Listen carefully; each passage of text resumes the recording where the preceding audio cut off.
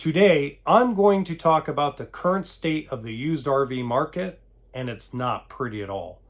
Welcome to HB RV Lifestyle. They call me the Honey Badger because I give it to you straight and transparent about the RV business. And it's March of 2024, and I feel like this is a very important, informative video that everyone needs to hear, whether you're a buyer, a seller, or a dealership, okay? So I want to start with a few explanations. Let me give you a little bit of context, okay? So context number one is there are, just like with KBB, there are two books when it comes to the RV world, the used RV world. So there's JD Power that's for free, and there's JD Power that dealers and banks pay for, okay? So there's what the pretend value is, and there's the lending value. Notice I made it rhyme. Now, I don't mean literally pretend value, because at the end, you know, whatever somebody's willing to buy a unit for is what the perceived value is, okay?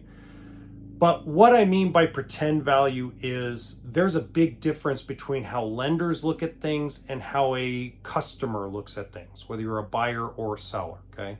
The first thing is a lot of times we have the habit of clicking on every single option on JD Power or the old NADA guide to come up with a value or some kind of MSRP or sticker price on a used RV of any kind, toy hauler, travel trailer, motorhome, etc. Okay. Now, there's a small percentage of lenders out there that will allow you to do that, but they are few and far between. Usually the terms and the interest rates are not exactly favorable towards the buyer, okay?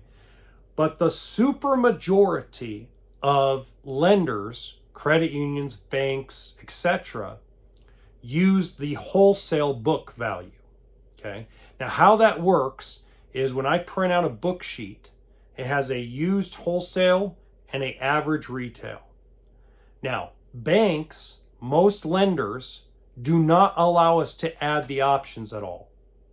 So how they determine options is not anything more than they allow us a percentage on top of the wholesale book. And what that means is, the most common is if the wholesale book on your RV was, let's say, $10,000, they usually will allow us to add 10% on top for any what they call allowable adds. So that means that they would base that value on $11,000. Now, you might have added up all the options and came out to like 15 grand, but that's not how the lender looks at it, okay? Then what the lender does is usually gives the customer between 110 and 120% of that money to be able to give a value, or what they will lend on value, okay? So basically what that means is, if, let's use that same course, $11,000. So if we take $11,000 and we times it by 1.20, 1 second here. We're not editing this, we're just doing this at the hip. And I'm waiting for my calculator on my laptop. Here we go. So if we take $11,000, in this same example, let's say the max, you have really good credit, 1.20, that means they're going to lend roughly $13,200 on that RV.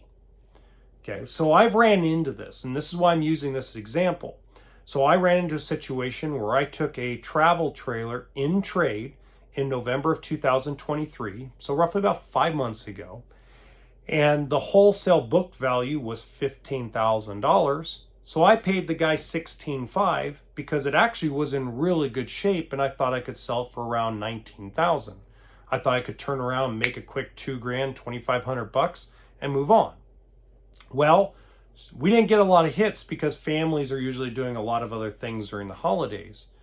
But we finally have started getting some folks in, and we finally had like 5 people that want to buy it this month, but I couldn't sell it for 19 grand anymore, because I would need $6,000 or $7,000 down to sell it for 19 grand plus tax. So I had to lower it down to 14.5, and I ended up taking a $2,000 loss. Now, this is something that's going to be very common with a lot of dealerships out there, especially if they own their used trade-ins in cash, like my boss owns ours. So I'm not one to worry about profit in that respect. That's more about cash flow, and that's normal.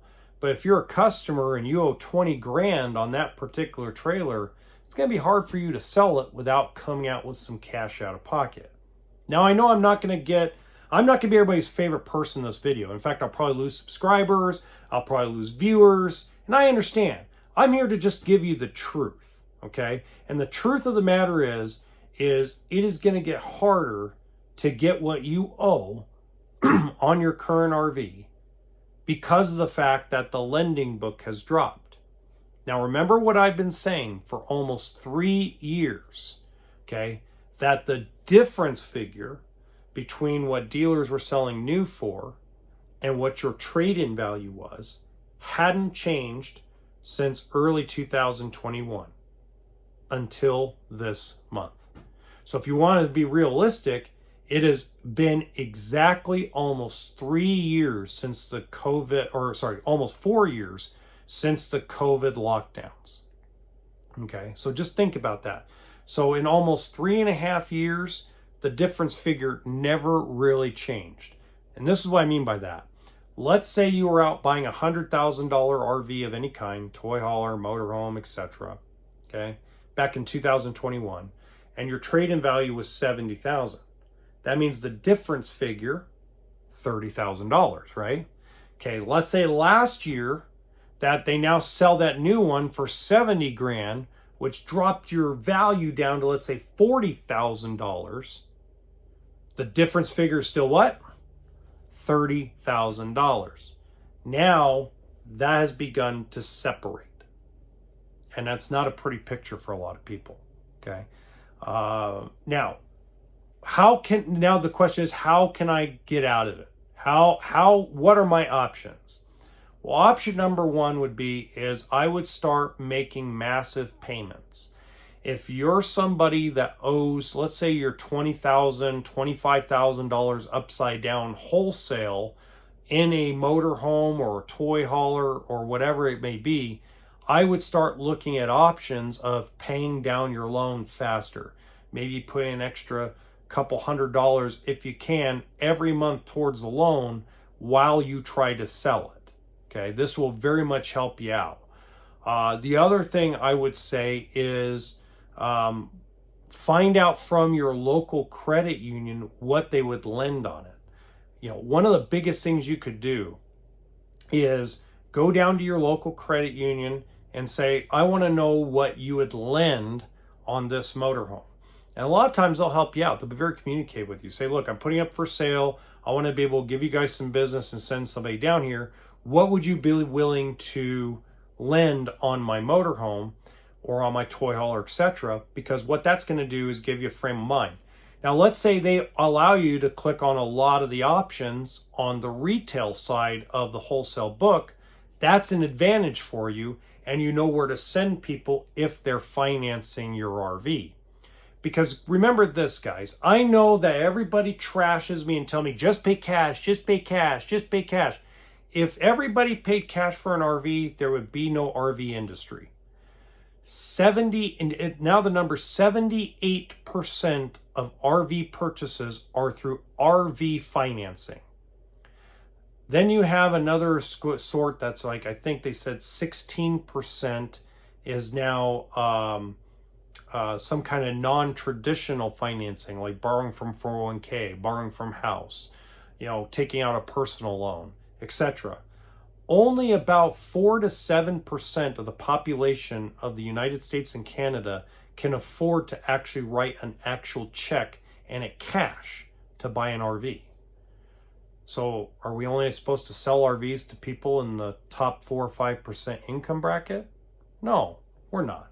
This is supposed to be something for everybody. Just like a car. Nobody is going to be ahead in a car. A car loses value and loses value quickly. Okay? So just think about those things as you're going on. If you guys have any questions, you can always ask me in the comments section, or you can email me or contact me on social media.